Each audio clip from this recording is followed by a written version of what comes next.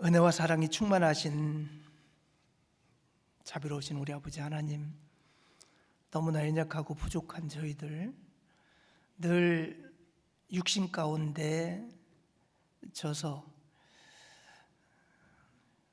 하나님을 근심시키는 삶을 살고 있지만, 누구보다도 주님을 사랑하고 주님을 위해 살기를 원하는 그 마음이 있음을 고백합니다. 2026년 새해가 밝아왔습니다.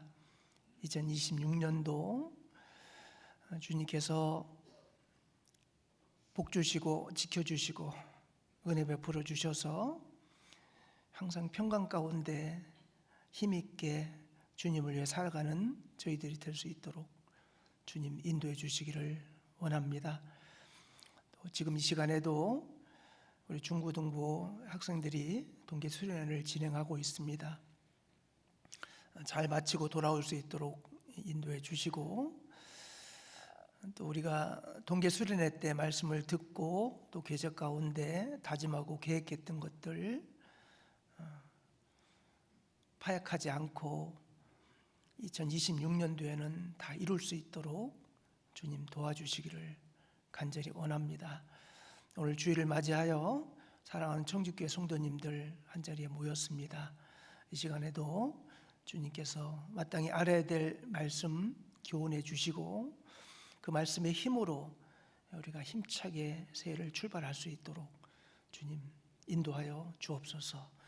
여러 사정으로 인하여 오늘 참석하지 못하신 분들 주님께서 기억해 주시고, 육신적으로 치유 가운데 계신 분들 하루속히 쾌차하실 수 있도록 인도해 주시고, 또 구원을 받았지만 믿음의 연약함으로 교제 가운데 멀어져 있는 분들 새해를 맞이해서 신앙을 회복할 수 있도록 주님이 용기와 말씀과 지혜를 허락해 주시기를 간절히 원합니다.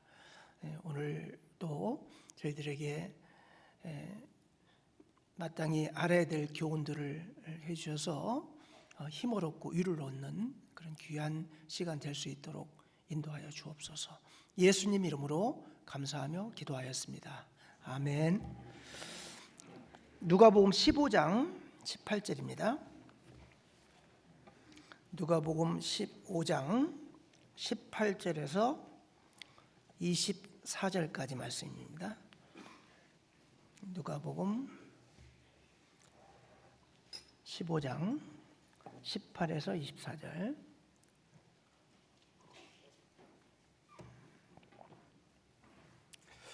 제가 읽겠습니다.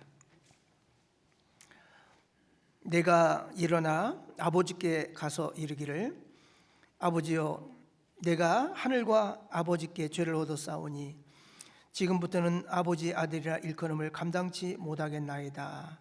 나를 품꾼의 하나로 보소서 하리라 하고 이에 일어나서 아버지께로 돌아가니라.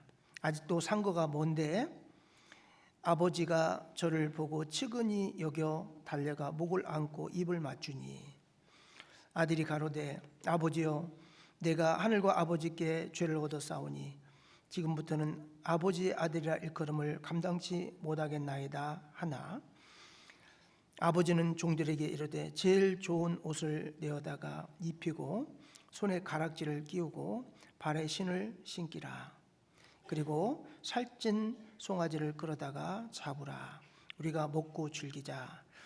이 내 아들은 죽었다가 다시 살아났으며 내가 잃었다가 다시 얻었노라 하니 저희가 즐거워하더라.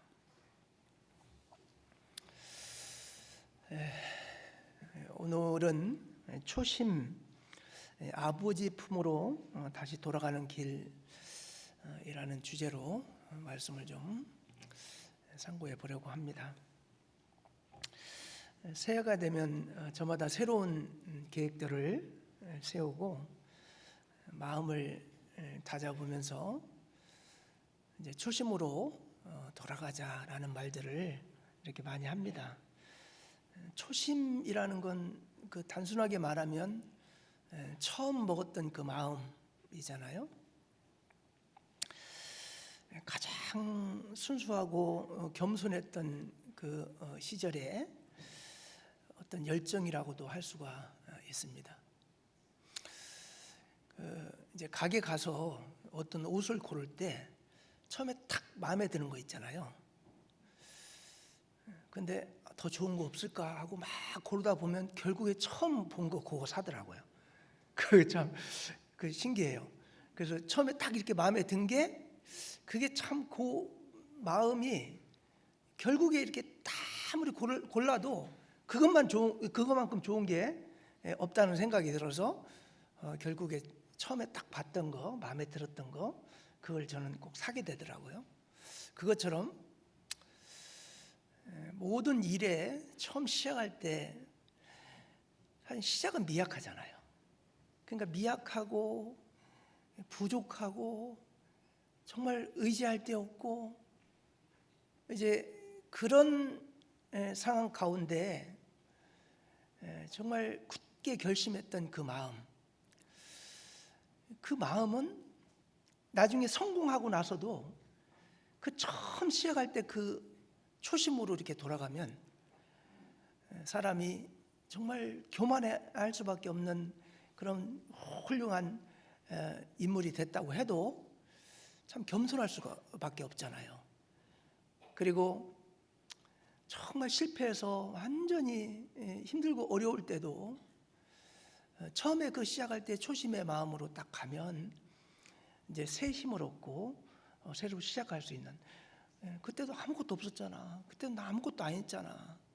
그때 내가 뭐 나를 도와줄 사람도 없고 나 혼자 시작했잖아. 그때도 했는데 이러면서 다시 마음을 다잡을 수가 있는 거잖아요. 그래서 초심이라는 건 참 중요한 것 같습니다. 신앙의 초심도 있죠. 신앙생활의 초심. 우리가 처음 예수 그리스도의 십자가의 보혈의 피로 구원받았다는 것을 깨달았을 때 정말 그 은혜가 얼마나 큰지를 알았잖아요. 우리가 아무리 사랑하는 가족들이라고 해도 목숨까지 준다는 게 쉬운 것이 아니잖아요. 근데 하물며 본인을 저주하고 또 정말 싫어했던 그런 예수님께서 뭐 예수쟁이 하면서 비방하고 했던 그 존재했던 그 예수님이 내 죄값을 위해서 십자가에 피 흘리고 목숨까지 주시면서 우리를 구원하셨구나. 그 깨달아지는 그 순간 그 사랑은 정말 인간에게 느낄 수 없는 최고의 충격이고 최고의 엄청난 그런 그 사랑이잖아요. 이것을 깨닫고 난 이후에 나를 위해서 목숨을 주신 주님을 위해서 내가 죽을 때까지 평생 보답하며 살아야 되겠다라고 결심했을 그 초심이 있어요. 이제 그 초심의 힘으로 어떻게 보면 신앙생활 저는 한다고 생각을 합니다. 그래서 어렵고 힘들 때일수록 그때 처음 구원받을 때 그 마음, 눈물을 흘리면서 주님을 위해서 살겠습니다라고 다짐할 때 그 처음 가졌던 그 마음을 여러분들이 다시 생각을 한다면은 정말 힘을 낼 수 있다고 생각합니다. 근데 그런 초심을 갖고 있음에도 불구하고 이제 세상을 살아가면서 지치다 보니까 이제 어느새 그 뜨거웠던 그 감정은 식어버리고 그냥 신앙생활이라는 껍질만 가지고 있을 수가 있거든요. 그래서 매년 새로 맞이하는 새해에는 그 처음 주님 앞에서 서원하고 생각했던 그 초심의 마음으로 항상 돌아가면 좋을 것 같아요. 그렇게 돌아가야 리셋이 됩니다. 왜 컴퓨터도 좋은 컴퓨터도 자꾸 쓰다 보면 버그가 생기고 그래서 이제 그 속도가 빨랐던 컴퓨터가 느려지거든요. 그러면 이제 한 1, 2년에 한 번씩 새로 싹 밀고 프로그램 새로 깔고 리셋하면은 상당히 속도도 나오고 깨끗해지거든요. 그처럼 새해 그냥 뭐 작년하고 똑같이 연결됐다는 것보다는 내가 새로운 마음으로 주님 앞에서 신앙적인 초심으로 돌아가서 새롭게 한번 시작을 해야 되겠다. 그동안의 삶이 좀 구겨지고 더러워지고 안 좋아졌다고 해도 이제 새로 청소하고 새로 시작하면 되는 거잖아요. 그죠? 그리고 그동안 많은 것들을 이루고 성공을 했다고 해도 교만할 게 아니잖아요. 그거 가지고 교만하면 하나님이 또 안 쓰시거든요. 그래서 항상 조심의 마음으로 이렇게 돌아가서 한 해를 새롭게 시작하는 것은 아주 중요하고, 그렇게 해야 되는 이유가요, 아직 우리는 결승선에 도착하지 않았어요. 그래서 그래요. 결승선에 도착하지 않았는데 마치 결승에 도착한 것처럼 그렇게 살면 안 되잖아요. 빌립보서 3장 한번 볼까요? 빌립보서 3장. 빌립보서 3장 12절에서 14절입니다. 내가 이미 얻었다함도 아니요 온전히 이루었다함도 아니라 오직 내가 그리스도 예수께 잡힌 바 된 그것을 잡으려고 쫓아가노라. 형제들아, 나는 아직 내가 잡은 줄로 여기지 아니하고 오직 한 일, 즉 뒤에 있는 것은 잊어버리고 앞에 있는 것을 잡으려고 표대를 향하여 그리스도 예수 안에서 하나님이 위에서 부르신 부름의 상을 위하여 쫓아가노라. 어떤 유명한 마라톤 선수에게 이제 인터뷰를 했습니다. 기자가 묻습니다. 마라톤을 하면서 가장 힘든 구간이 어느 구간입니까? 라고 이제 물어보니까 그 마라톤 선수가 이렇게 말합니다. 출발선도 아니고 중간 지점도 아닙니다. 마지막 1km입니다. 이미 42.19km 중에 41km 정도를 이제 달렸지만 남은 1km를 포기하면 41km 달린 것이 아무 의미가 없습니다. 마지막 1km, 이제 가장 힘들고 어려운 구간이죠. 진짜 포기하고 싶고 막 다리는 천근만근이고 막 숨은 턱까지 차오르고, 그런데다가 이제 또 이제 언덕까지 있어버리면 그냥 포기하고 싶은 생각이 들 정도로 이제 그 아주 힘든 구간일 거예요. 그런데 지금까지 아무리 잘 뛰었다고 해도 41km를 아무리 잘 뛰었다고 해도 나머지 1km를 포기해버리면 어때요? 이제 끝나는 거예요. 아무 의미가 없어요. 그동안 41km 뛴 것이 아무 의미가 없는 겁니다. 그래서 41km를 뛰고 이제 1km 정도가 남았을 때 그 선수가 이렇게 덧붙입니다. 그때 저는 이렇게 생각합니다. 지금 너무 힘들고 어렵지만 아직 도착하지 않았다. 나는 아직 완주하지 않았다. 이건 꼬린 지점을 바라보고 있다는 얘기잖아요. 너무 힘들고 어렵죠. 근데 이제 뒷부분으로 갈수록 사실은 또 어렵고, 특히 나머지 1km는 더 어려운 구간이잖아요.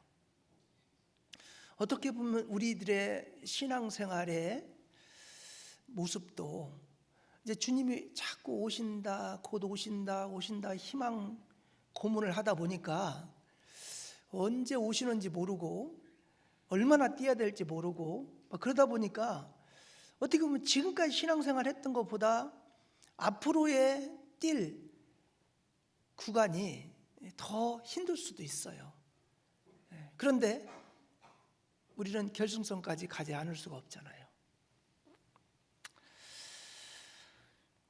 12절에 보면 이미 얻었다함도 아니요 온전히 이뤘다함도 아니라 이제 그랬잖아요. 41km를 뛰었지만 아직 끝까지 가지 않은 거잖아요. 끝나지 않은 겁니다.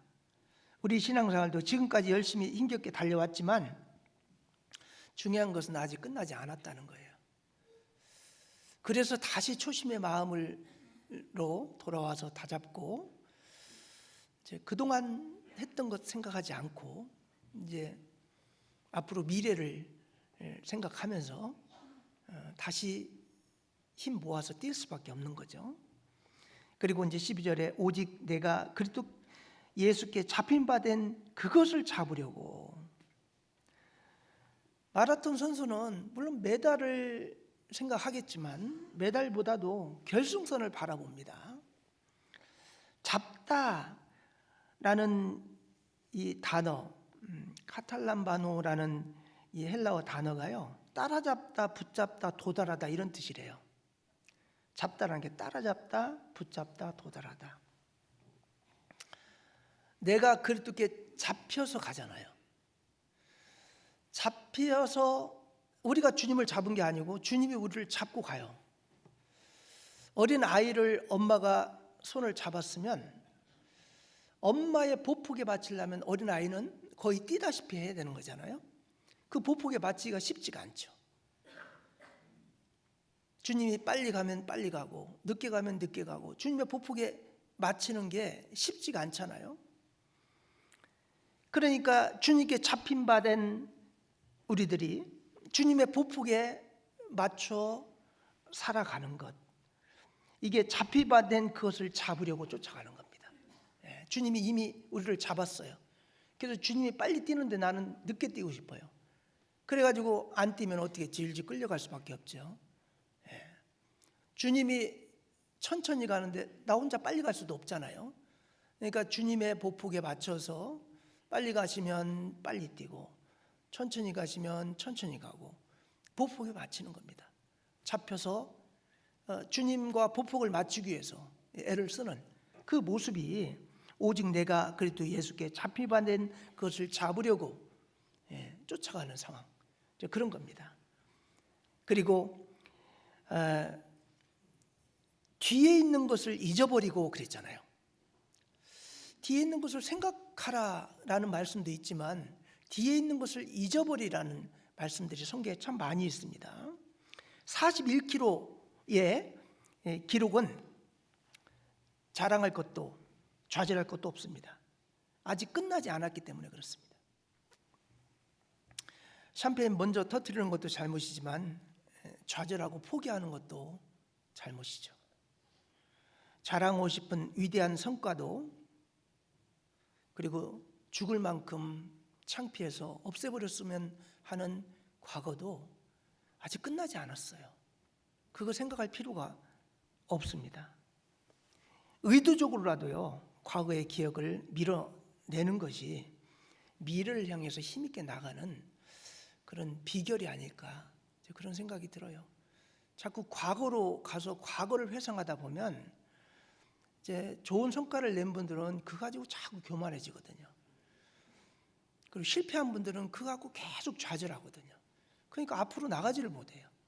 그래서 의도적으로라도요, 과거의 것들은 일단 접고 새롭게 새로운 마음으로 새로 시작한다는 생각을 가지고, 사람들이 실패가 없는 사람이 없어요. 다 실수할 수 있고 창피한 일을 당할 수도 있고, 그렇지만 그거 생각해서 뭐예요? 도움이 돼요? 앞으로 미래를 사는데 도움이 될까요? 도움이 안 돼요. 그래서 자꾸 과거에 연연하는 사람들 보면 앞으로 나가지를 못해요. 항상 과거에 매여 있어요. 그러니까 앞으로 가지를 못하잖아요.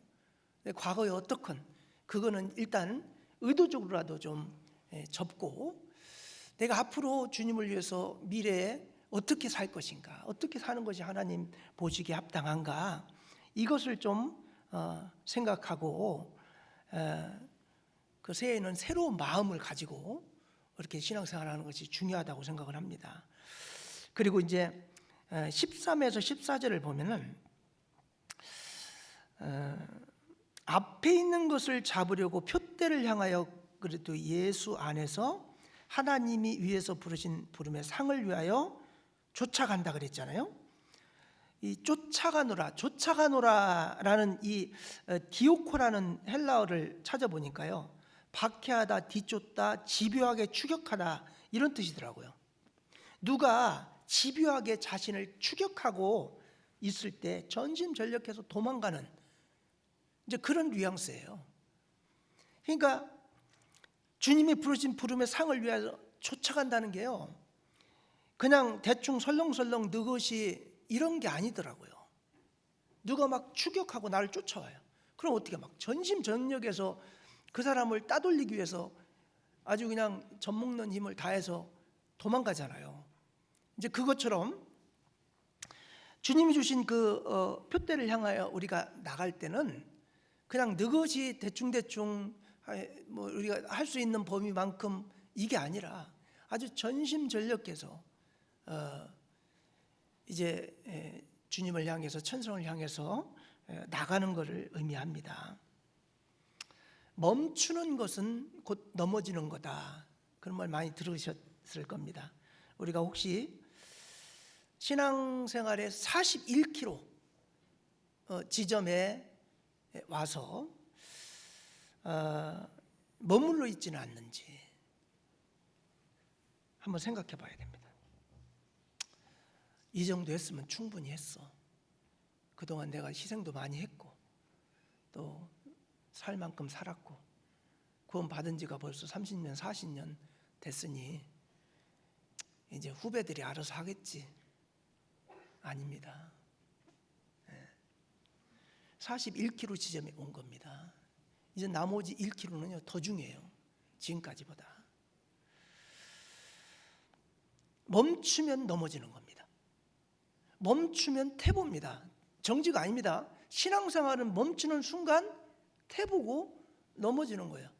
어떻게 해서건 힘들어도 앞으로 조금씩이라도 전진할 생각을 안 갖고 그동안 할 만큼 했으니까 나는 이제 이 정도면 좀 쉬야지 하는 순간 이제 마귀가 탁 그 틈을 타고 들어와가지고요 이제 넘어뜨려 버립니다.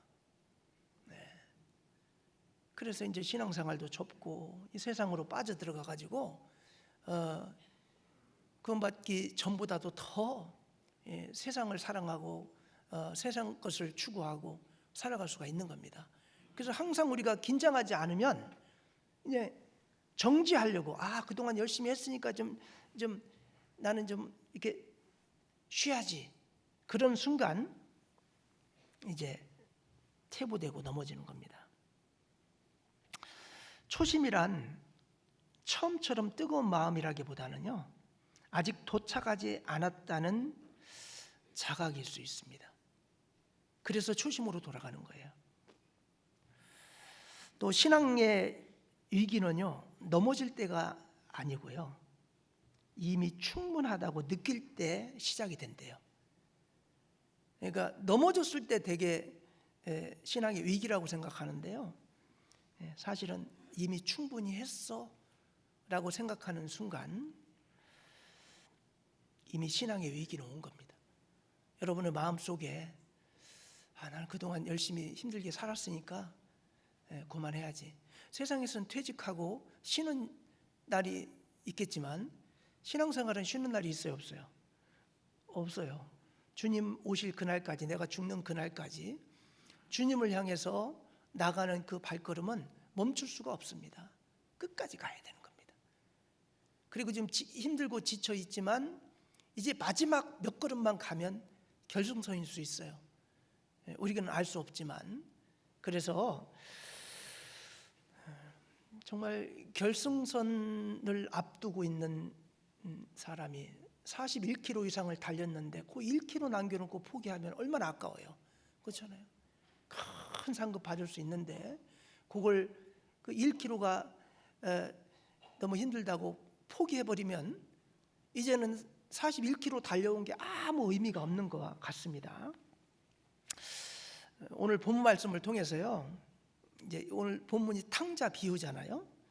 그래서 이 탕자 비유는 이 단순한 불신자가 이제 하나님께 돌아오는 과정, 이것만을 의미하는 비유가 아닙니다.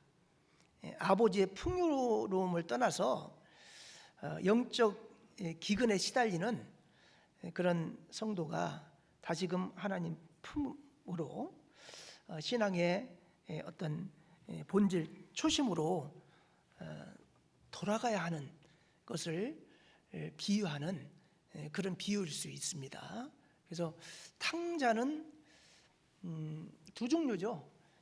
하나님을 전혀 알지 못했을 때 하나님을 알고 구원받는, 그것도 탕자의 비유라고 할 수 있지만, 이제 구원받은 성도가 그 하나님의 몸된 교회, 이 아버지의 품 안에 거하지 않고 아버지 품을 떠나서 방황하다가 정말 철저히 실패하고 아버지의 품이 얼마나 좋은 것인지를 알고 돌아오는 과정도 이 탕자의 비유하고 이렇게 맞춰서 읽어보면 딱 일치가 되는 것을 알 수가 있습니다. 그래서 이 탕자의 비유는 제가 구원받고 처음 이 감동받은 설교의 주제가 이 탕자의 비유였어요. 이 탕자의 비유를 이렇게 설교를 듣는데 저는 참 내 얘기를 하는 것 같고 해서 되게 은혜가 됐던 적이 있습니다. 정말 탕자처럼 방황하던 저에게 하나님께서 구원의 확신을 주시고 또 교회 가운데서 또 귀하게 쓰임 받을 수 있도록 인도하시고 한 그 은혜를 생각해 보면 참 얼마나 감사한지 모릅니다. 이 시간 탕자가 아버지께로 돌아오는 과정을 통해서 우리가 회복해야 될 새 영적 초심이 무엇인지를 한번 생각하는 시간을 가져보려고 합니다. 오늘 본 말씀 누가복음 15장 18절부터 보겠습니다.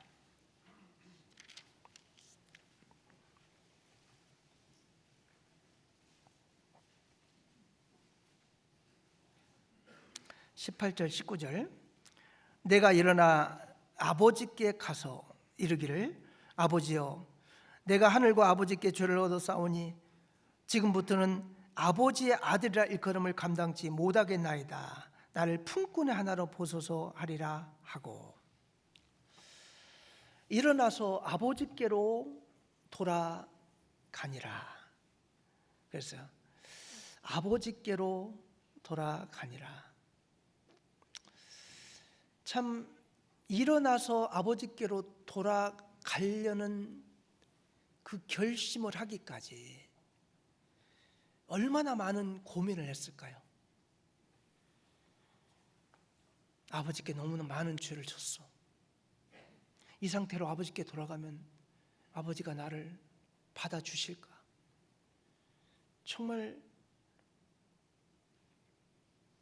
아들이라고 다시 아들로 받아달라고는 염치 없고 품꾼의 하나로 삼아달라고 하면 받아주실까? 별 생각 다 하지 않았겠어요? 아버지께 너무 큰 죄를 진 죄인이잖아요. 그 부잣집 재산 절반을 가지고 와서 허랑방탕하며 다 탕진한 이 탕자, 이 돌아오는 것이요 정말 힘들었을 거라고 생각해요. 그런데 탕자가 한 선택 중에 가장 잘한 선택은 뭐예요? 돌아가려고 결심한 거예요. 이건요 정말 우리가 힘들고 어렵고 막 탕자처럼 방황할 때 돌아갈 결심을 하는 건요 참 큰 용기라고 생각해요. 여러 생각이 있죠. 내가 몇 년간 교회를 안 나갔는데 형제 자매들이 뭐라고 생각할까? 나를 기쁘게 받아줄까? 환영해줄까? 별 생각 다 들 거예요. 그렇지만 돌아오면 어때요? 한 사람도 저 사람 왜 들어와서 이런 사람 없을 거예요. 다 환영할 겁니다. 그분을 잘 아는 분은 몇 년간 방황했던 형제 자매가 이제는 2026년부터 열심히 신앙생활하고 교회를 나오겠습니다. 그러면은요, 그거 반가워하지 않을 분이 하나도 없고 또 하나님이 가장 기뻐하실 거예요. 네. 우리가 순간적인 잘못된 생각으로 이렇게 아버지 품에서 멀어져 있을 수가 있거든요. 그럴 때 이제 멀어져 있는 가운데 세상물이 꽉 들어요. 그리고 어떤 분들은요, 이제 세상이 너무 좋아져. 구원받고 나서 세상 자기가 좋아하는 거 하지 말라고 하도 그래가지고 취미생활도 못하고 또 뭐 좀 하고 싶은 거 이런 거 막 여행도 못하고 좀 자제를 많이 했는데 그게 탁 풀어지니까요, 막 너무 좋은 거예요. 막 캠핑카 사가지고 맨날 막 여행 다니면서 막 해외여행 다니면서 막 골프 치고 다니면서 좋거든. 근데 진짜 구원받은 분이라면요, 이제 몇 년 지나면요, 내가 이렇게 살아도 되는가? 나는 구원받은 사람인데 세상이 달콤하고 좋긴 좋은데 과연 내가 이렇게 사는 게 옳을까? 이런 생각을 하죠. 네. 처음엔 너무 좋죠. 근데 구원이 확실하지 않은 사람이라면 세상으로 흘러갈 수밖에 없죠. 그렇지만 구원을 확실히 받은 분이라면 이제 실컷 즐기고 나니까 걱정되는 거예요. 지금 세상 돌아가는 거 보니까 주님 오실 날이 가까워진 것 같은데 내가 이렇게 살다가 주님을 맞이하는 것이 옳을까? 그러면 정신 바짝 들죠. 그러면 돌아가야 되겠다 생각을 할 거 아니에요? 근데 그때 마침 어떤 형제님한테 전화가 왔네. 그럼 얼마나 반가울까요? 여러분, 지금 열심히 신앙생활 하다가 지금 실족돼서 방황하고 있는 분들이 나에게 전화만 하면 돌아오려고 전화 오기를 기다리고 있는 분이 있는지도 몰라요. 그래서 여러분, 좀 한동안 이렇게 교회를 못 나오신 분이라고 해도 좀 아는 분들이요, 좀 전화를 하세요. 이제 2026년 됐으니까 좀 정신 차리고 좀 돌아오라고 이렇게 전화 한번 해보세요. 그러면 너무 감사하다고. 내가 어떤 돌아올 수 있는 터닝 포인트점을 만들어야 돌아오는데 그냥 스스로 가기는 또 이게 염치가 없고. 근데 어떤 형제님이 어떤 자매님이 전화해가지고 그 계기가 돼가지고 뭐 전도 집회가 됐건 뭐해서 이제 이렇게 회복할 수 있는 기회를 자기 스스로 만들기 너무 어렵잖아요. 근데 그걸 만들어주면 얼마나 고마워요. 그래서 나한테 전화만 하면 나는 회복을 해야지라고 생각하고 있는 형제 자매님들이 있을 수 있다는 거예요. 그래서 그동안 구원받은 지 좀 오래되신 분들 같은 경우는요, 그런 분들을 한번 돌아봐요. 옛날에 열심히 살았는데 지금 교회 가운데 좀 멀어져서 교제 못 나오시는 분들 같은 경우 탕자 같은 분들이에요. 그게 그런 분들이 돌아올 수 있는 동력을 좀 제공을 해주면 좋을 것 같아요. 말씀을 공급해 준다든가 아니면 전화를 해서 집회를 권한다든가 이렇게 해가지고 좀 돌아올 수 있는 그 터닝 포인트점을 좀 만들어주는 것이 중요합니다. 이 탕자는 정말 허랑방탕하고 돈 다 쓰고 나니까요, 어땠을까요? 정말 돼지가 먹는 쥐염 열매도 돼지가 안 줘가지고 이러다가 난 쥐로 죽겠구나 라고 생각했을 때 비참하게 완전 낮아질 수 있는 최고의 낮아질 수 있는 곳까지 떨어진 상태에서 생각을 해보니까 아버지 품으로 돌아가는 길이 가장 선명한 길이라는 것을 아마 깨달았을 겁니다. 많은 형제 자매님들이요, 언젠가는 신앙생활 제대로 해야지, 언젠가는 기도해야지 라고 생각만 하다가 시간을 보내기도 합니다. 하지만요, 초심으로 돌아가는 길은 생각에 머무는 것이 아닙니다. 지금 결단하는 것입니다. 그래, 내가 2026년도 지금부터 내가 꼭 해야지 하면서 미뤘던 거, 이제 오늘부터 시작이다. 이렇게 해가지고 뭔가 결단을 하셔야 됩니다. 생각만 아무리 해도요, 그 생각이 행동으로 옮겨지지 않고 실행되지 않으면 그건 아무 의미가 없어요. 연초에 새로 초심으로 돌아가서 열심히 하려고 하는 마음들이 있을 때, 그때 딱 결단하지 않으면 조금 지나보세요. 올해 그냥 대충 보내고 2027년부터 열심히 하지, 또 이렇게 돼버린다니까요. 그러니까 우리가 이제 주님에게로 가기 위해서는 첫 번째는요, 자기가 잘못한 것을 깨달을 때 돌아갈 수가 있어요. 이 탕자도 내가 아버지께 큰 죄를 지었고 정말 내가 아버지께 큰 불효를 했구나, 이것을 깨닫는 순간 돌아가리라는 생각이 들었을 겁니다. 자기가 잘못한 것을 깨달았을 때 돌아갈 수가 있어요. 그 탕자가 아버지께 돌아가는 첫 번째 단계는요, 자신의 비참한 현실을 직시했을 겁니다. 아버지 품에 있었으면 이 고생 안 하고 편안하게 살 수 있는 귀한 집 아들이잖아요. 근데 나는 지금 아버지 품을 떠나서 지금 줄여 죽게 됐구나 하는 것을 직시했습니다. 이에 스스로 돌이켜. 이건 뭐예요? 자, 스스로 돌이켜 그랬잖아요. 자, 이게 참, 스스로 돌이켜라는 것을 언어적인 뉘앙스를 보니까 이렇게 돼 있어요. 자기 자신에게로 돌아왔다, 이렇게 돼 있어요. 스스로 돌이켜가요, 자기 자신에게로 돌아왔다. 이게 뭔 뜻일까? 정신 나갔다가 돌아온 거예요. 제정신이 아니었던 거예요, 그동안. 그러니까 우리가 구원받고 주님의 자녀로서 제정신일 때, 그때는 주님 곁을 떠날 수 있어요, 없어요? 떠날 수가 없어요. 정말 주님을 위해서 어떻게 해서 조금이라도 보답하고 싶고 전도하고 싶고 그랬던 마음이 초심의 마음이잖아요. 근데 이제 제정신이 나가버려가지고 제정신이 아니야. 그러니까 막 세상 좋아하고 세상으로 빠져 살고 막 이랬어. 근데 이제 제정신이 딱 돌아오고 보니까 내가 왜 이렇게 살지? 내가 이렇게 사는 게 옳을까? 이게 생각이 들 거 아니에요. 그러니까 스스로 돌이켜라는 말이요, 정신 나갔다가 제정신이 돌아온 거예요.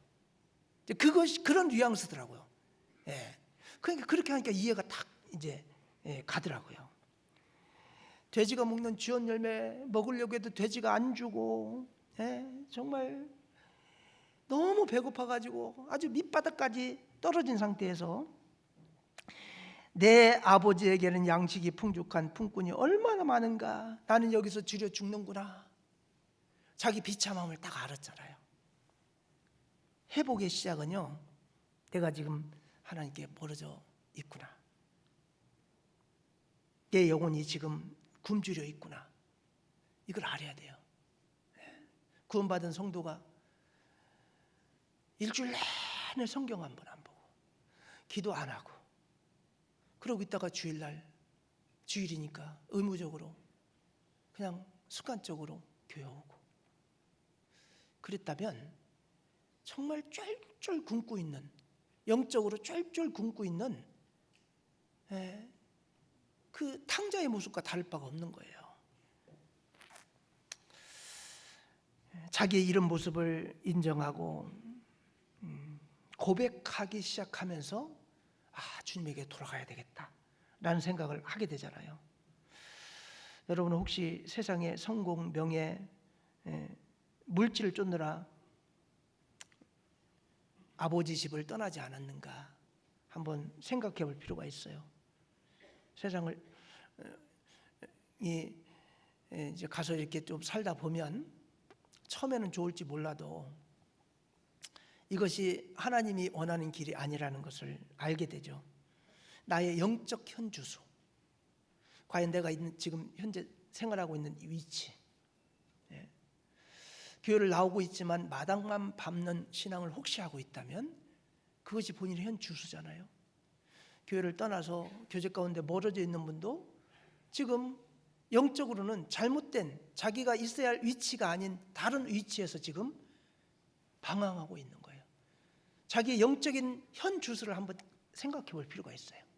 나는 구원받은 자녀로서 내가 있어야 할 위치를 잘 지키고 또 지킬 뿐만 아니라 이 위치에 걸맞는 삶을 살아가고 있는가, 이런 것들을 자꾸 생각할 때 이제 원위치로 돌아올 수 있는 거예요.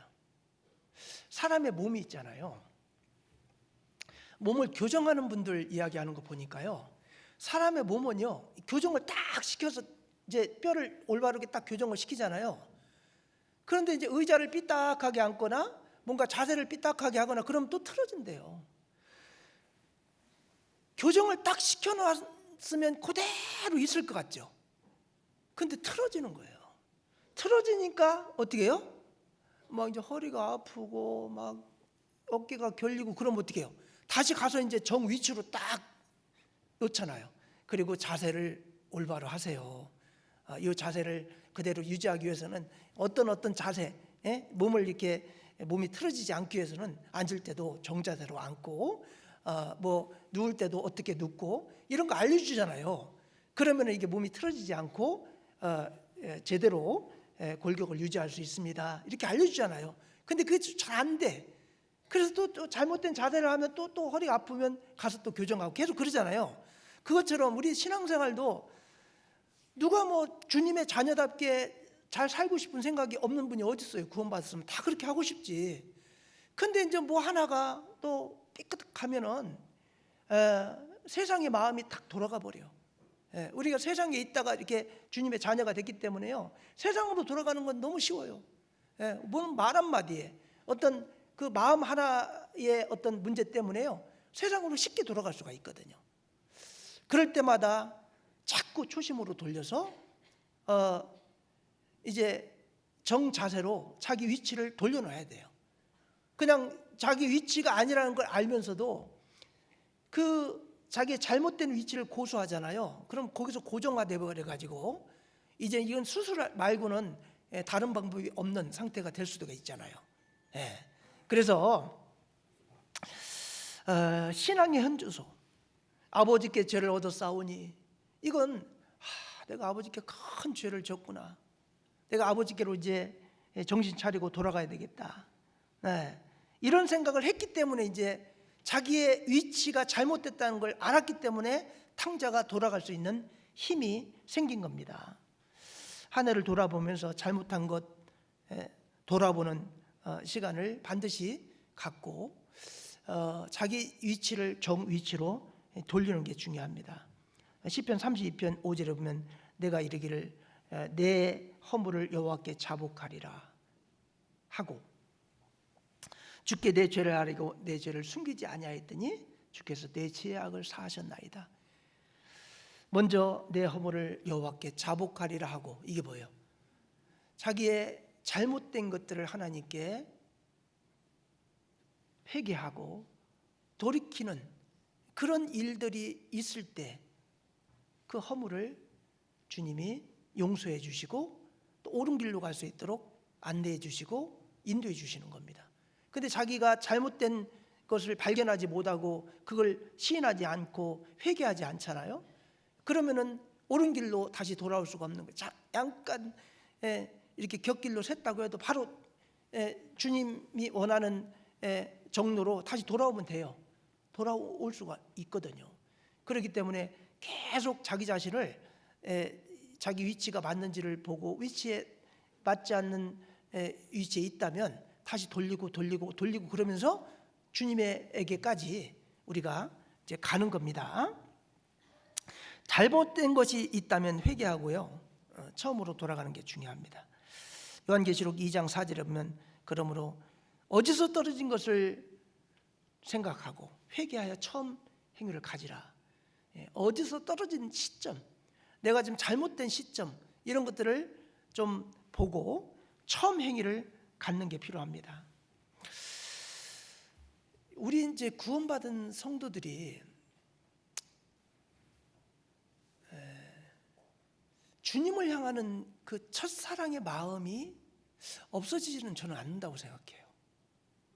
근데 시간이 지나면서 그게요, 약간 뒷전으로 밀리면서 망각이 돼서 그렇지,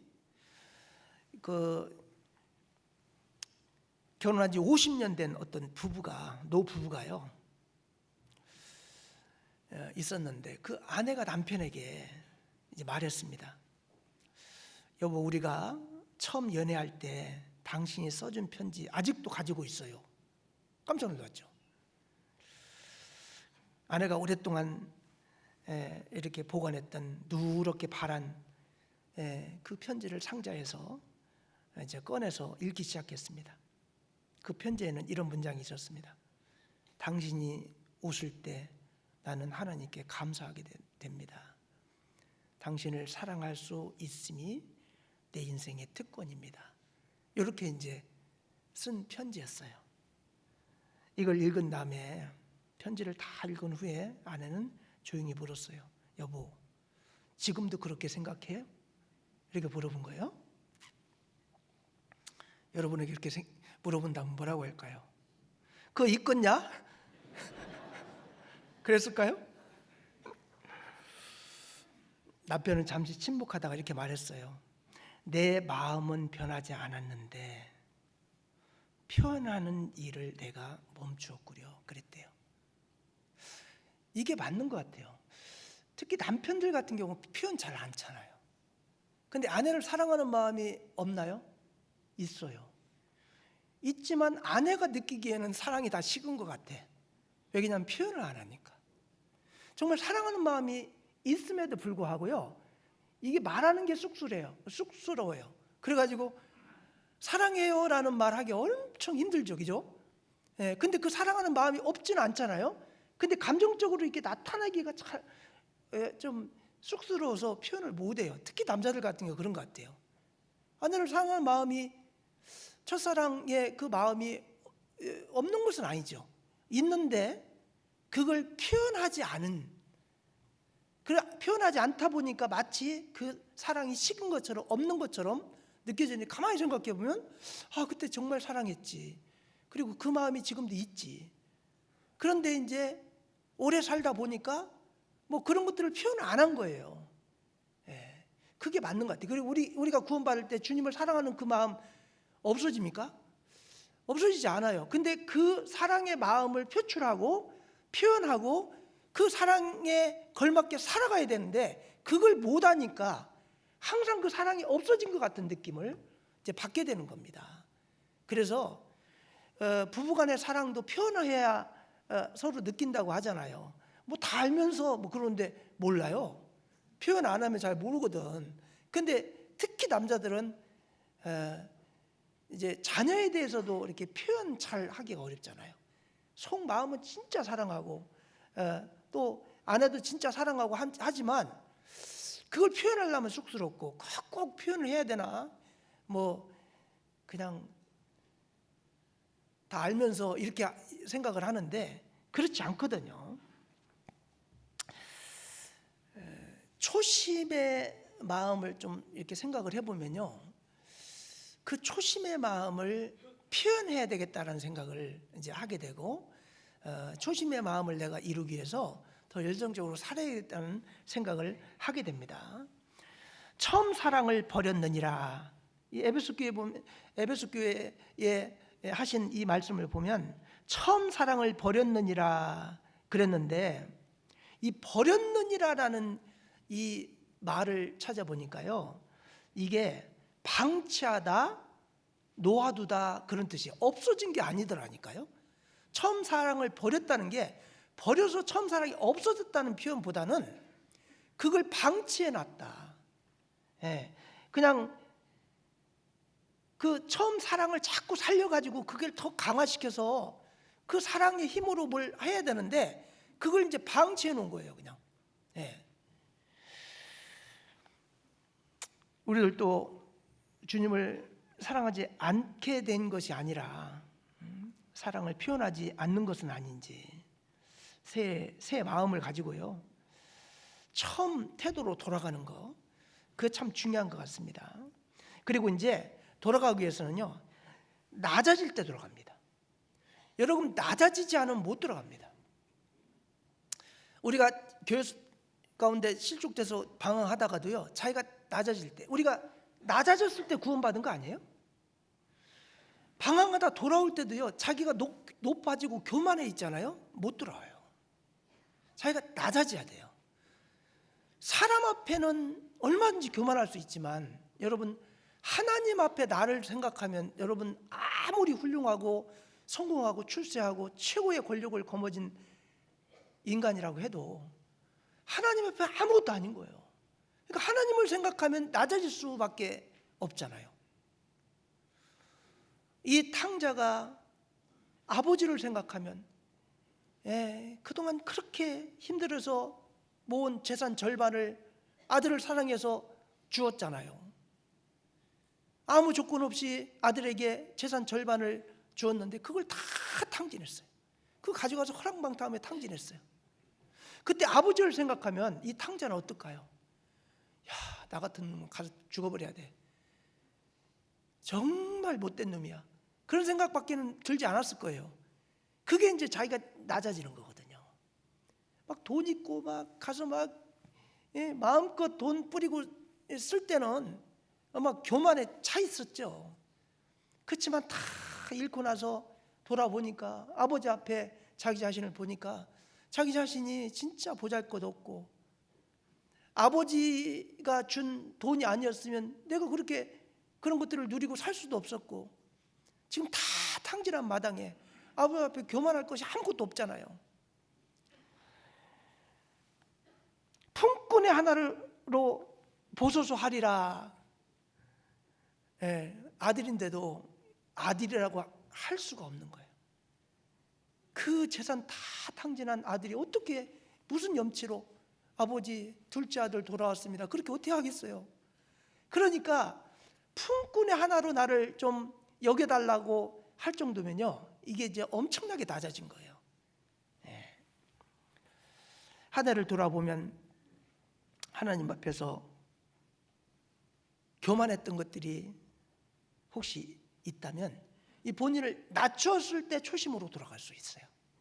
그게 이제 중요합니다. 여러분, 하나님께서 이스라엘 백성들 40년의 광야길을 주신 목적이 뭔지 여러분 아시죠? 광야길을 주신 목적을 이야기하면서 제일 처음으로 말한 게 뭐예요? 너희를 낮추시며. 낮췄다는 말이 먼저 나와요. 너희를 낮추시며 너희를 시험하사 내 마음이 어떠한지, 그 명령을 지키는지 아니 지키는지 알려 함이라. 먼저 너희를 낮추시며, 40년 광야, 하나님께서 허락하신 가나안 땅을 버리고 육신의 어떤 그 흉년을 피해서 이제 애굽으로 내려간 거잖아요. 그래서 이제 다시 가나안 땅으로 돌아오기 위해서는요, 이들이 40년간 훈련이 필요한 거예요. 그들을 낮추고, 그리고 시험하는 과정이 있어야 됩니다. 내 마음이 어떠한지, 하나님의 말씀을 지키는지 아니 지키는지, 이걸 한번 시험을 해봐야 되는 거예요. 그걸 알려 함이라. 낮아졌을 때 하나님께로 돌아올 수 있다는 것을 여러분 아셔야 됩니다. 이 아골의 잠언에서도 보면 너무 배불러서 하나님을 모른다, 여호와가 누구냐 할까 한다. 여러분, 배불르면요 하나님 생각 안 해요. 하나님을 떠날 수밖에 없는 거예요. 그런데 힘들고 어려울 때가 되면 주님을 생각하잖아요. 그래서 낮아진 사람이 초심으로 돌아갈 수가 있고, 낮아진 사람이 돌아올 수 있는 힘을 갖게 되는 겁니다. 교만에 있으면요, 그냥 주님의 몸된 교회를 떠나서 한동안 방황했는데도 이렇게 만나서 교제해 보면 지금 너무 좋아요. 나는 너무 지금 그냥 편안하게 살고 있어요. 뭐 집에 성경도 많이 봐요. 막 이러면서 교만에 있는 분들이 있어요. 그 아무리 교제해도 못 돌아옵니다. 근데 내가 교회를 떠나서 이렇게 생활하다 보니까 정말 영적으로 교회를 떠난 것이 얼마나 위험한 것인지, 얼마나 그것이 잘못된 것인지 이제 알았습니다. 이렇게 말하는 분은요, 돌아올 힘이 있는 거예요. 이제 정말 주님 앞에서 겸손하고 낮아졌을 때 돌아올 수 있는 겁니다. 그래서 자기 자신의 죄를 알고 회개하고, 그리고 자기 자신을 낮추면 이제 주님에게 돌아올 수 있는 힘이 생기는 거예요. 그런데 이제 교제를 떠났던 분들이 그렇지 않고 반대의 현상이 있는 거예요. 내가 뭐 잘못한 게 뭐 있는데, 그리고 지금 뭐 그 교회 안 나가도 나 뭐 얼마든지 잘 살아. 그런 사람 돌아오기 어렵잖아요. 그리고 이제 돌아온 아들을 맞이하는 아버지의 모습, 참 이거는 진짜, 이건 우리가 이거 읽을 때마다 감동되지 않아요? 그 19절부터 한번 보겠습니다. 19절. 지금부터는 아버지의 아들이라 일컬음을 감당치 못하겠나이다. 나를 품꾼 안으로 보소서 하리라 하고 이에 일어나 아버지께로 돌아가니라. 아직도 상거가 먼데 아버지가 저를 보고 측은히 여겨 달려가 목을 안고 입을 맞추니 아들이 가로되 아버지여 내가 하늘과 아버지께 죄를 얻어 싸우니 지금부터는 아버지의 아들이라 일컬음을 감당치 못하겠나이다 하나 아버지는 종들에게 이르되 제일 좋은 옷을 내어다가 입히고 손에 가락지를 끼우고 발에 신을 신기라. 그리고 살찐 송아지 끌어다가 잡아 우리가 먹고 즐기자. 이 내 아들은 죽었다가 다시 살아났으며 내가 잃었다가 다시 얻었노라 하니 저희가 즐거워하더라. 여기 보면 이 아버지는요, 죄를 뉘우치고 탕자가 돌아오기를 계속 기다리고 있었기 때문에요, 돌아왔을 때 조건이 있어요, 없어요? 너 지금 재산 절반 가져간 거지? 얼마 남았어? 뭐 따졌어요? 아무 조건이 없어요. 돌아온 아들을 아무 조건 없이 측은히 여겨 달려가 목을 안고 입을 맞춘. 그 가져간 돈 어디다 썼는데 어떻게 지금 남았는지 아무 관심 없어요. 아들이 돌아온 거, 그거 하나만으로도 측은히 여겼다는 게 뭐예요?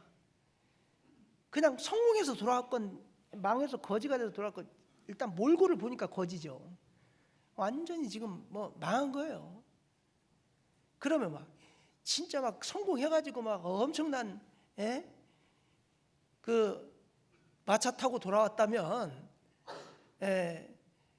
몰라도 막 거지가 돼가지고 막 한쪽 신발 다 떨어지고 한쪽 신발은 막 벗겨지고 막 상처투성이고 옷은 막 누더기 옷 냄새나는 옷 입고 거지처럼 하고 돌아오는 그 자식을 아무 말하지 않고 측은히 여겨서 끌어안고 조건 없이 받아들이는 그 아버지, 이건요 계속 돌아오기를 기다렸다는 거잖아요. 그러니까 이렇게 한 거죠. 이놈 돌아오기만 해봐, 내 다리 몽둥이를 분지로 죽일 거야, 이러고 계속 있었다면 그냥 측은히 여겨서 목을 안고 입을 맞추고 그럴 수 있겠어요? 냄새나는 그 아들 막 거지같이 와가지고 그랬는데 가서 목욕이나 하고 와 막 그러겠지, 그죠? 근데 아무 조건이 없어요. 돌아온 탕자에게 아무 조건 없이 이 아들을 받아줬습니다. 아버지는 아들이 돌아오기를 오랫동안 기다렸기 때문에요, 조건이 없는 거예요. 우리를 향한 하나님 아버지의 마음이 바로 이런 겁니다. 어떻게 보면 우리가 얼마나 아버지의 마음에 상처를 주고 욕을 먹이고 그런 삶을 살았겠어요. 근데 하나님은 아무 조건도 없고 대가도 없어요. 자기 목숨 주고 우리를 구원하시고, 우리가 돌아온 것만으로 그동안 아무리 하나님을 비방하고 저주하고 했다고 해도 그거 문제 삼지 않습니다. 그냥 측은히 여겨서 목을 안고 입을 맞추고 반기는 그 탕자의 아버지처럼, 하나님 아버지가 그런 분이잖아요. 그 어떤 예화를 보니까 한 아들이요, 아버지와 심하게 다투고 이제 가출을 했습니다. 몇 년 동안 방황을 하다가요, 이제 막 거칠게 산 거예요. 그래가지고 이제 지치고 병 걸리고 이제 도저히 혼자 살기가 어려운 때가 되니까 아버지 생각이 난 거예요, 탕자처럼.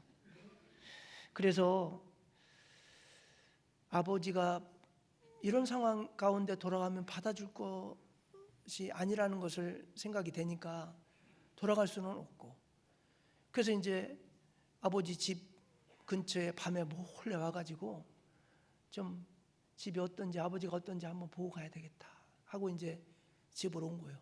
왔는데 깜짝 놀란 거예요. 대문이 활짝 열려 있는 거예요. 대문을 꼭 닫고 주무셨던 아버지인데 대문이 열려 있어요. 깜짝 놀랐어요. 이거 도둑이 들어가면 어떻게 하려고. 그래서 아버지 방문을 열어봤더니 방문도 안 잠그고 열려 있는 거예요. 그래서 주무시는 아버지를 깨워가지고, 아버지, 아니 대문도 열어놓고 방문도 열어놓고 이렇게 주무시면 도둑이 들어와가지고 다 가져가면 어떻게 하려고 이렇게 하셔요. 이렇게 이제 이야기한 거예요. 그러니까 잠에서 깬 아버지가 깜짝 놀라가지고 아버지가 아들을 껴안고 이제 반가워하시면서 이렇게 말했다고 해요. 내가 나간 그날부터 혹시나 내가 밤에 돌아올까 해서 나는 단 하루도 대문과 이 방문을 잠근 적이 없다. 나간 날부터 그렇게 하신 거예요. 돌아오면 문 잠궈져 있으면 못 돌아올까 봐 그렇게 하신 거예요. 이 탕자 아버지의 마음이 딱 이런 마음 아니었을까요?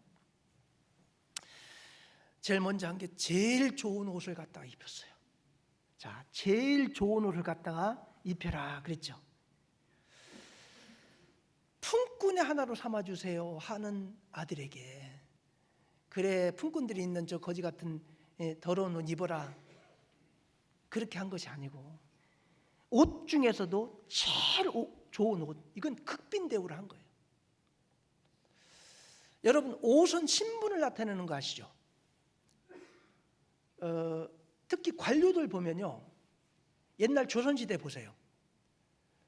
그 고관 대작들은, 대감들은 주로 무슨 색? 홍색, 빨간 홍포를 입었죠. 그죠? 왕도 홍포를 입고 3급 이상 고위 대관들은 빨간 옷을 입었습니다. 그런데 중간 관료들은 무슨 색 입었죠? 청색 입습니다. 청색. 그 관복을 보면 청색으로 되어 있습니다. 근데 이제 하급 관료들은 뭔 입죠? 녹색. 녹색을 입어요. 그 색깔로 옷을 딱 보면 그 사람의 신분이 어느 단계인지를 알 수 있어요. 그 옷은요, 어떻게 보면 그 사람의 신분을 나타내는 그런 거예요. 근데 그 중에 제일 좋은 옷이라면요, 고관 대작들이 입는 그 아마 그런 수준의 좋은 옷이라고 생각을 해야 돼요.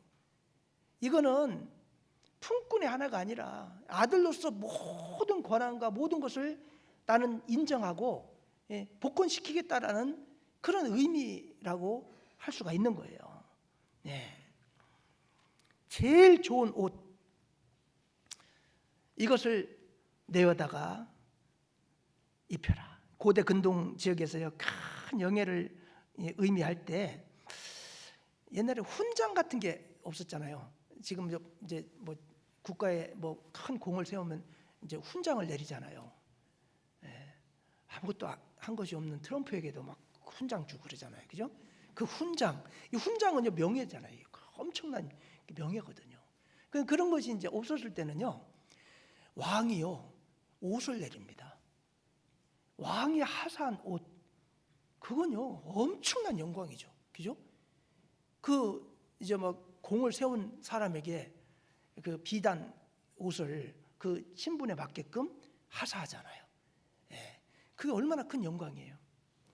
거지가 돼서 돌아온 그 아들에게요, 제일 좋은 옷, 이건요, 그 집에 있는 것 중에 가장 귀한 옷인 거예요.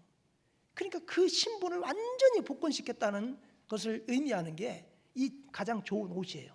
좋은 옷도 아니고 가장 좋은 옷을 갖다가 입혀라, 이렇게 한 거예요. 여러분, 우리에게요, 주님이 하사하고 입혀준 옷이 있어요. 그 무슨 색인지 아세요? 하얀색이에요. 의의 옷은요, 하얗다고 표현을 했어요. 구원의 옷은요, 의의 옷은요, 하얀색입니다. 그 요한계시록 4장 1절 한번 볼까요? 요한계시록 4장 1절부터 쭉 이제 보면은, 그 중에 이제 닳기가 그렇고, 이제 4절에 보면은 또 보좌에 둘려 24 보좌들이 있고 그 보좌들 위에 24 장로들이 무슨 옷? 흰 옷을 입고 머리에 금 면류관을 쓰고 앉았더라. 나중에 주님 앞에 갔을 때 우리의 모습이 이렇지 않을까? 흰 옷을 입고 머리에 금 면류관을 쓰고 앉았더라. 우리에게 구원의 옷을 입혀주셨어요. 깨끗하고 하얀 옷, 정말 아무것도 묻지 않은, 때묻지 않은 그 하얀 옷을, 우리에게 흰 옷을 입혀주셨어요. 그리고 이제 그리스도로 옷 입고 라는 말이 많이 나오는데, 로마서 13장 14절 한번 볼까요? 로마서 13장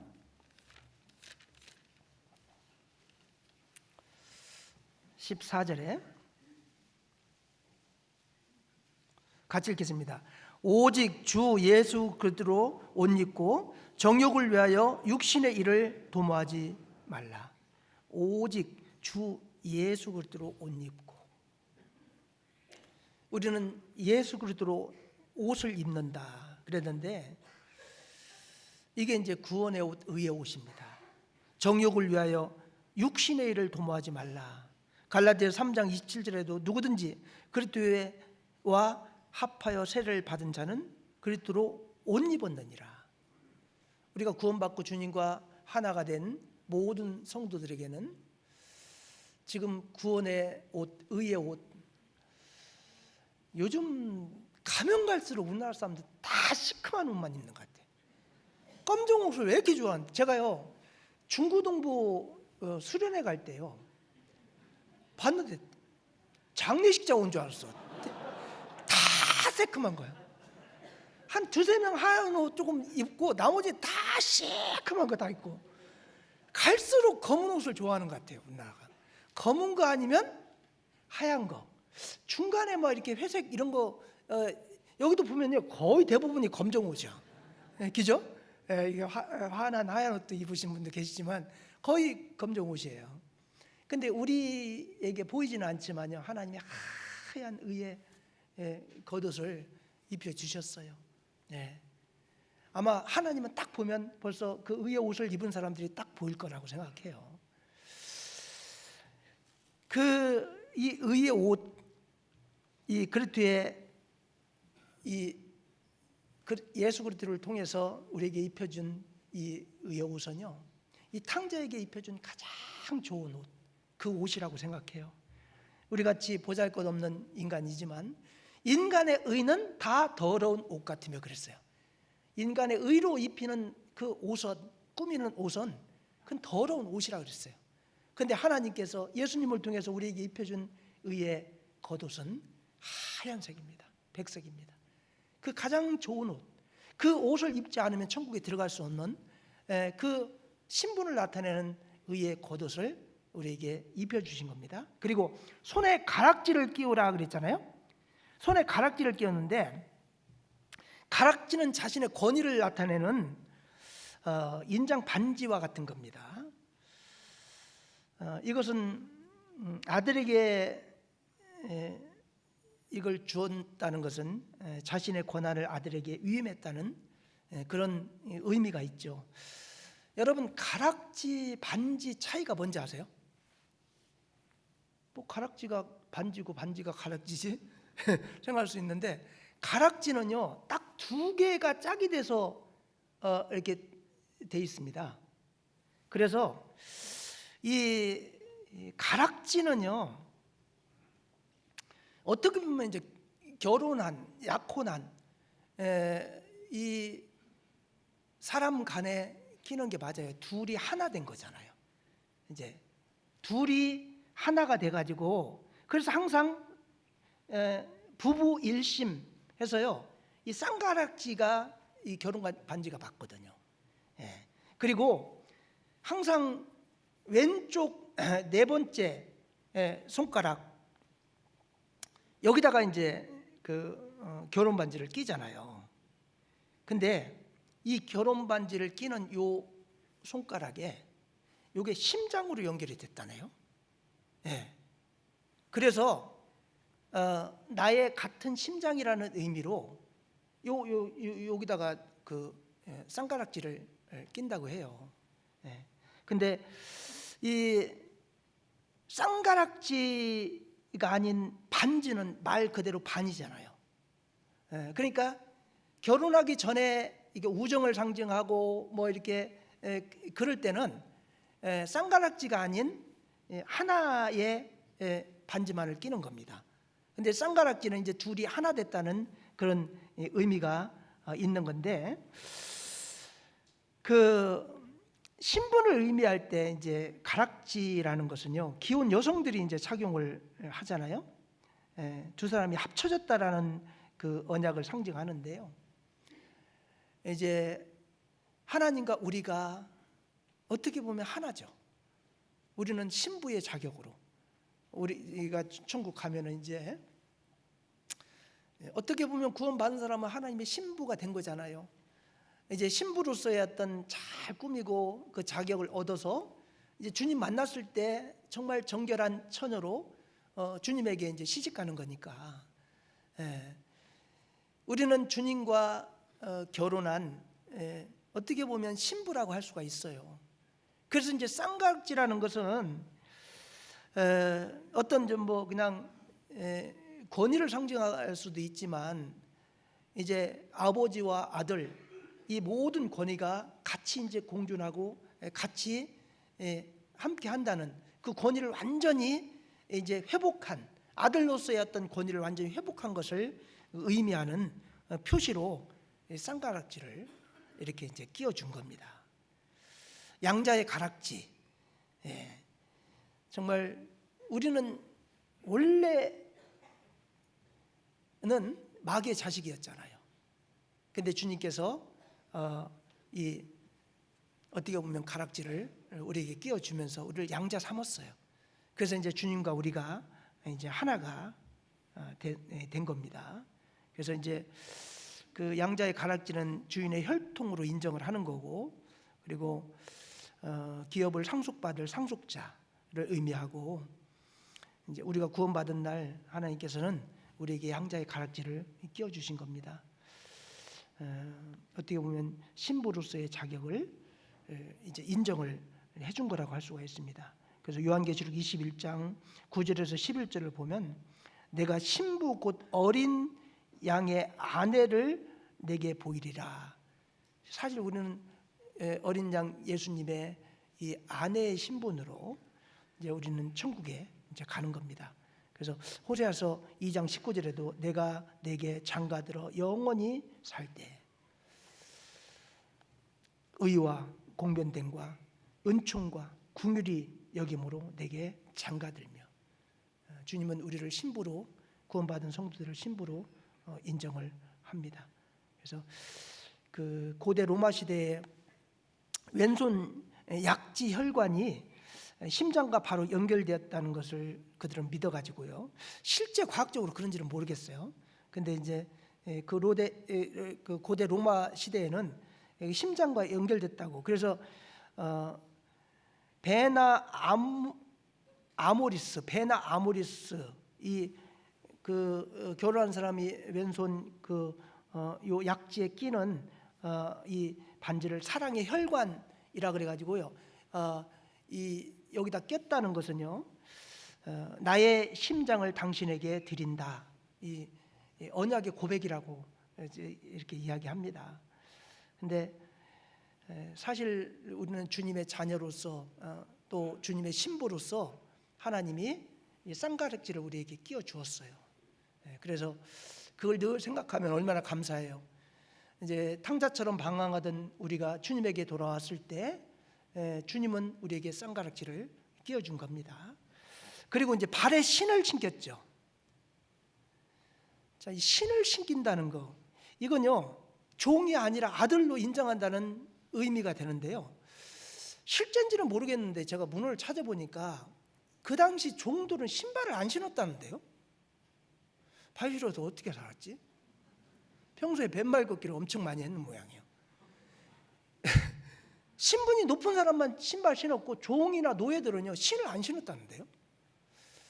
그리고 신을 신었다고 해도요, 옛날에 조선시대 보면 뭐 보통 평민들은 막 집신 신고 다니잖아요. 근데 이제 고관 대작들은 좀 좋은 신발 이렇게 신잖아요. 그 신발을 신을 신겨 주었다는 것은 아들로 인정을 했다는 의미가 되는 거예요. 그 부잣집 아들로서의 그 신분을 이제 인정한다는 의미가 되는 거죠. 근데 그 아버지가 신겨준 그 신을 신고 탕자가 그 이후에 어떤 삶을 살았을지 우리가 좀 생각을 해보면 아마 그 이전에 탕자처럼 살았던 그 삶이 아니었을 거라고 생각해요. 지금부터는 이 신발 신고 아버지의 아들의 신분에 맞게끔 네가 살아라, 그런 의미가 있는 거잖아요. 아버지 아들의 신분을 이제 인정해 준과 동시에 이제 인정해 준 만큼 어때요? 이제 그 신분에 맞게끔 살아가야 되는 의무가 또 생긴 겁니다. 그렇잖아요. 우리가 주님 앞에 이제 구원을 받고 주님의 자녀가 됐을 때 그 기쁜 이면에는 이제는 주님의 자녀로서 합당한 삶을 살아야 될 의무가 생긴 거잖아요. 그런데 그 의무가 생긴 사람이 그 의무는 하지 않고 주님의 자녀라는 영광만 가로채고 그 걸맞는 삶을 살지 않는 것도, 그것도 이제 잘못됐다고 할 수가 있습니다. 그리고 이제 송아지 잡아서 이제 잔치를 하는데 살찐 송아지 잡아 그랬잖아요. 귀한 손님이 오면은요, 그 당시 유대인 사회에서는요 특별히 아끼고 살찐 그 짐승을 이렇게 잡아서 사위가 오면 씨암탉 잡아가지고 주듯이 이제 그렇게 가장 아끼는 살찐 송아지를 잡으라. 이것은 아주 특별히 극진한 이 대우를 하는 그런 의미가 이 안에 이제 담겨져 있는 겁니다. 죄인이 회개하고 돌아오면은요, 하나님께서 정말 더할 수 없는 기쁨으로 이제 맞이해주고 살찐 송아지 잡아서 잔치하듯이요, 아마 기뻐하고 즐거워하고 또 환영할 거라고 생각을 합니다. 우리가 구원받은 이후에 정말 구원받을 때 그 초심의 마음으로 계속 그 초심을 지키면서 과연 나는 살아가고 있는가? 혹시 탕자처럼 방황하고 있는 모습이라면 자기의 위치가 어느 곳에 있어야 되는지를 생각하고 그 구원받은 연수에 맞게끔 또 교회에서 하나님께서 주신 그 직분에 맞게끔 내가 위치를 지키고 있는가를 한번 연초에 생각하는 그런 시간을 가졌으면 좋겠다 싶습니다. 그래서 이제 탕자가 부잣집 아들로서 그 권위와 모든 것, 아들의 위치를 인정받고 신을 신었을 때 그 신분에 맞게끔 분명히 살려고 노력을 했을 거 아닙니까?